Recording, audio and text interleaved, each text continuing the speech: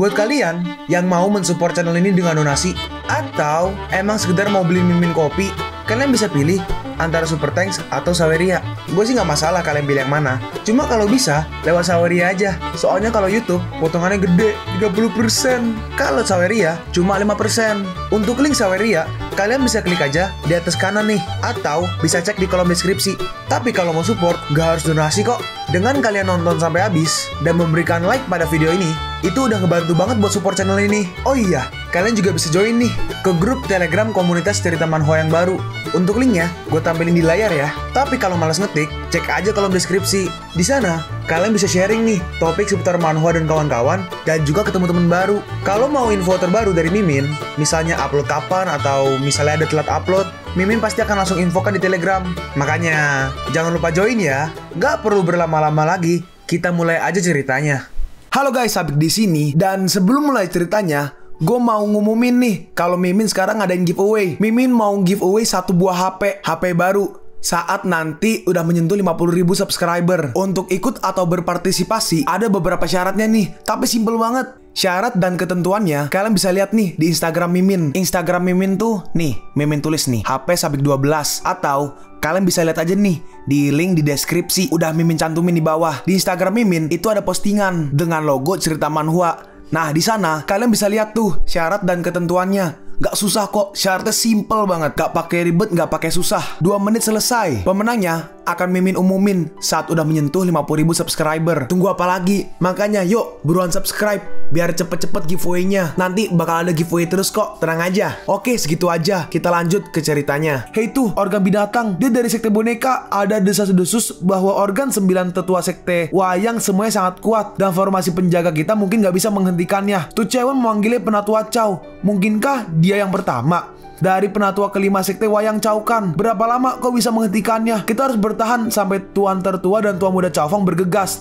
Di hadapan kekuatan absolut, semuanya ilusi. Harimau perunggu mematuhi perintah dan menerobos formasi ini. Para murid ikuti perintah dan melakukan segala upaya untuk memobilisasi formasi pertahanan. Baik, tapi kita melihat nih, robot-robot itu langsung menghancurkannya dengan mudah. Bagaimana ini bisa terjadi? Sudah berakhir. Hanya dalam satu tarikan nafas, mereka mengalahkan Great Area pelindung kita. Ini organ Beast Elder Chow benar-benar kuat. Murid-murid Pavilion Vulkan ikuti perintah dan melangkah melalui Pavilion Yunhai bersamaku. Dan akhirnya mereka pun maju. Serang! Hancurkan semuanya! Raih uang, biji-bijian dan wanita. Vulkan Fist. Sudah mati. 18 tahun kemudian, Lao Shu menjadi pahlawan lagi. Selesai. Gak satupun dari kita adalah lawannya. Tapi tiba-tiba, wara! Chowfang maju nih dan menahan serangannya. Dalam hati Master Tu, sungguh anak yang kuat. Aku adalah puncak seni Void bintang 9, dan dia bisa menjatuhkan aku kembali dengan satu pukulan. Maaf, kami terlambat. Apa kau baik-baik aja? Hebat. Master ada di sini. Tuan Chow juga ada di sini. Dengan Tuan Chow yang bertanggung jawab, mungkin kita bisa mengubah kekalahan menjadi kemenangan hari ini.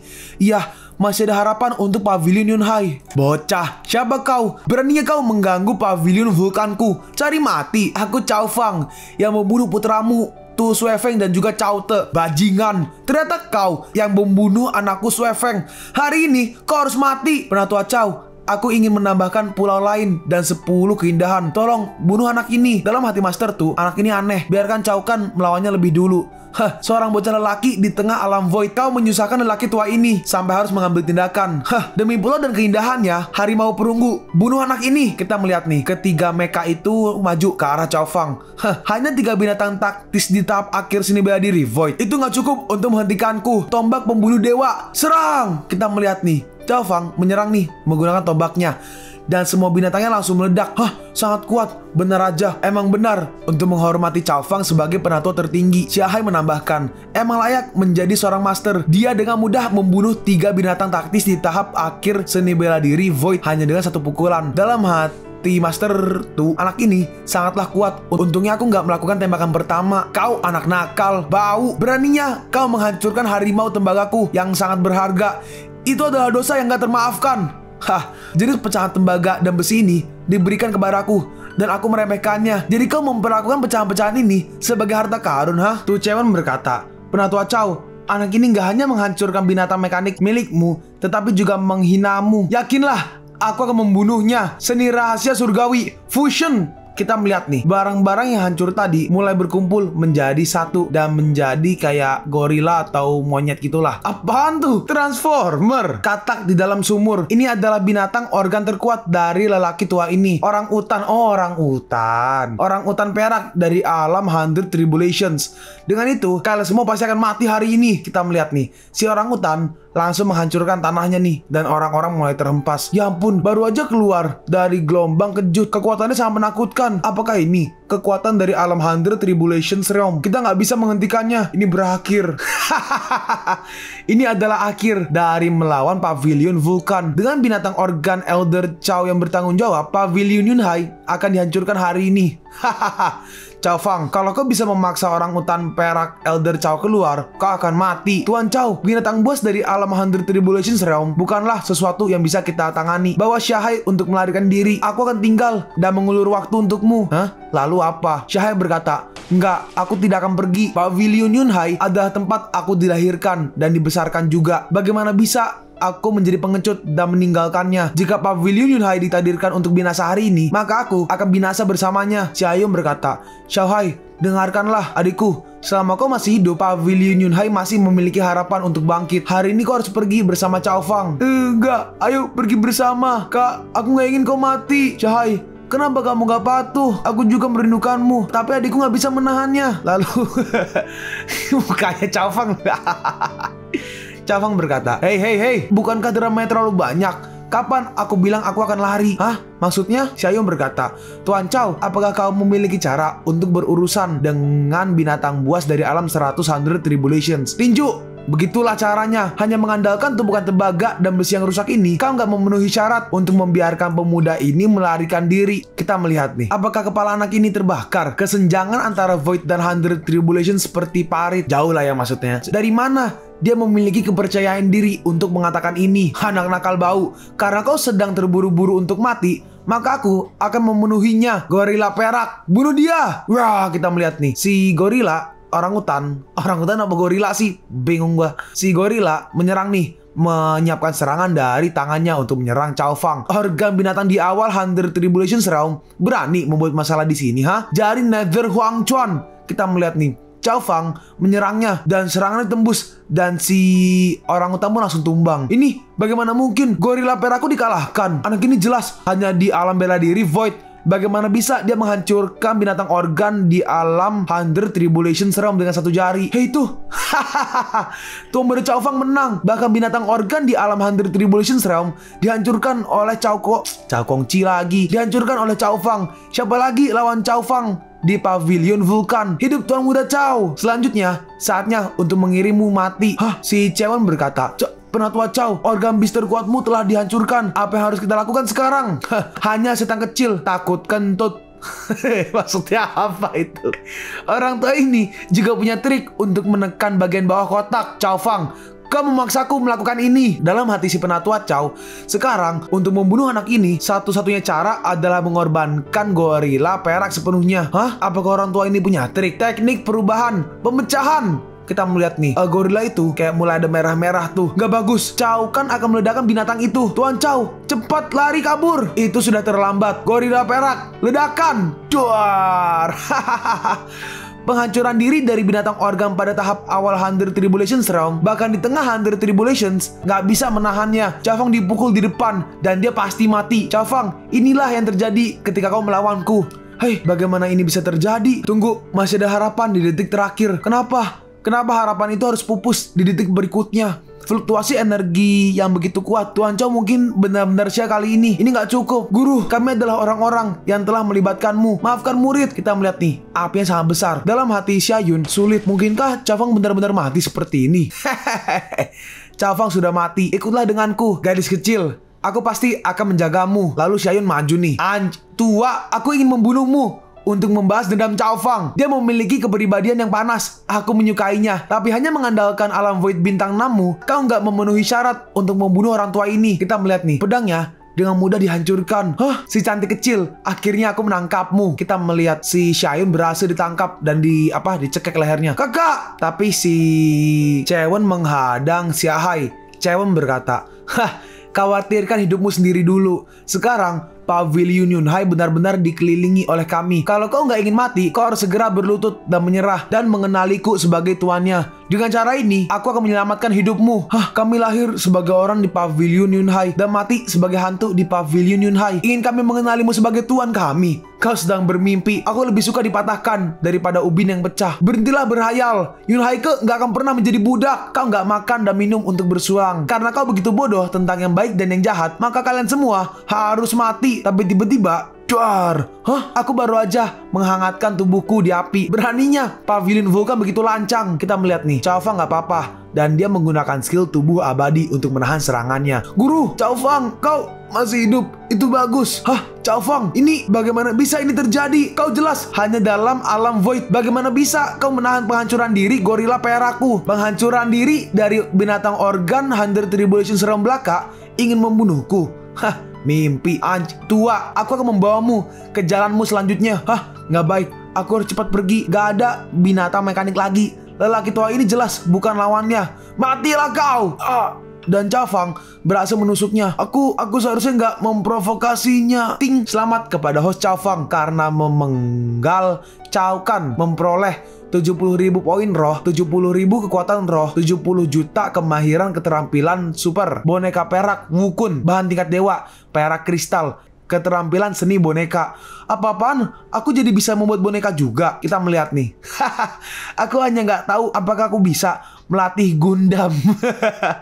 Jika aku bisa membuat beberapa boneka dari level kelas bumi, aku bisa berjalan menyamping di seluruh Black Demon Realm. Ini aku nggak salah lihat kan? Penatua Cao beneran dibunuh oleh Cao Fang. Bagaimana bisa Cao Fang begitu kuat? Kami tampaknya telah memprovokasi seseorang yang seharusnya kami nggak provokasi. Dalam hati Chewen, aku nggak menyangka bahkan Cao Kan dibunuh oleh anak ini. Aku khawatir giliranku selanjutnya. Aku harus cepat-cepat kabur. Pavilion Master tuh. Kemana kau ingin pergi, Cao Fang? Jika ada sesuatu untuk dibicarakan, aku memiliki lebih dari selusin pulau nggak berpenghuni dan ratusan wanita cantik dari semua ras. Selama kau tidak membunuhku, aku akan menyetujui persyaratan apapun, bahkan jika itu adalah Pavilion Vulkan. Aku bisa menyerah. Aku hanya punya satu syarat, dan itu adalah membiarkanmu mati. Cao Fang, kau memaksaku. Ini adalah arai pengorbanan Vulkan. Buka! Apa ini? Sepertinya itu adalah formasi dari Pavilion Vulkan. Semuanya, hati-hati. Aku bagaimana bisa? Darah di tubuhku tiba-tiba terbakar. Nggak baik, api ini nggak bisa padam. Tolong, aku belum mau mati. Pengorbanan, tuh Chewen. Kau bahkan nggak mengampuni orang-orangmu sendiri. Kau kehilangan hati nuranimu. Karena aku nggak bisa hidup, maka semua orang nggak boleh memikirkannya. Karma membakar langit. Jiwaku meleleh. Api yang mengerikan. Nggak bisa menghentikannya sama sekali. Cao, tua muda Cao, kita nggak bisa bertahan lagi. Mari kita pikirkan cara. Api karma yang disebabkan oleh formasi besarku ini bisa membakar segalanya. Bahkan jika aku jatuh ke dalam formasi ini, itu akan musnah. Dan bahkan jika aku mati, formasi nggak akan berhenti. Cao Fang, kubur aku bersamamu. Api yang membakar segalanya. Lalu aku nggak tahu mana yang lebih kuat, api itu atau es yang membekukan segalanya. Apa? Dari mana es itu berasal? Kau akan segera melihat. Shapu Shansu. Pertama zaman es. Tingkatkan. Ting.